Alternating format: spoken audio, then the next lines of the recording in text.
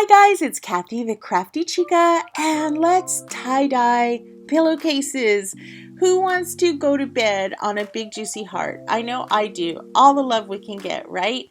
Okay, so the first thing that you're going to need is a fabric pen that washes off and a 100% cotton pillowcase. This is super important because if the fabric is synthetic and it has polyester in it, the dye will not fuse with the fabric.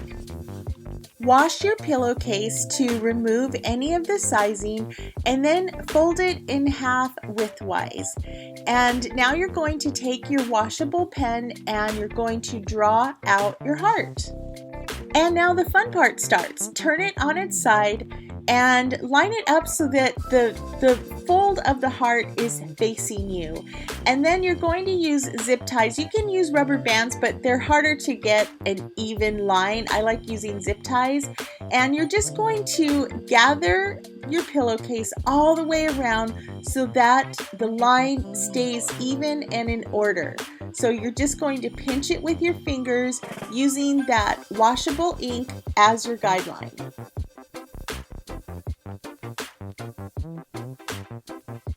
Now add the zip tie and make sure it is nice and tightly secured. And then go ahead and add more zip ties to create other sections to add more colors. Make sure they're nice and tight and then snip off all of the extras. Then it's time to mix the dye. I have always used this one-step dye. I love it because the powder's in there. All you do is add the water and shake and it will all get mixed. So first I prep all of the colors. Make sure to wear gloves during this part because the dye is permanent. Once you have all of your dyes prepped, line your work table with a plastic bag and then put on plastic gloves, and then take your piece and water it down so it's nice and damp. You could also keep a spray bottle of water close by so that if it starts to dampen, you can give it a good spray because that will help make the dye spread throughout the fabric. I know what you're thinking. You're like, is that the pillowcase you just wrapped, Kathy? Actually, this is a different project. This is a dress. I thought I was filming the tie-dye pillowcase, but I think I accidentally filmed the dress. I don't know, but it is the same concept. What we're doing is adding the dye to each section. And one important tip, you see this rack that I have underneath? That is a cooling rack that bakers use, and I always use it for my tie-dye because it lifts the project so the excess dye will drip beneath and not pool up and create a globby mess on my fabric. Flip it over and repeat the process for the other side. Once it is completely saturated in the dye, you want to wrap it up tightly in plastic and let it set for 6 hours. That's how long it takes for the dye to activate.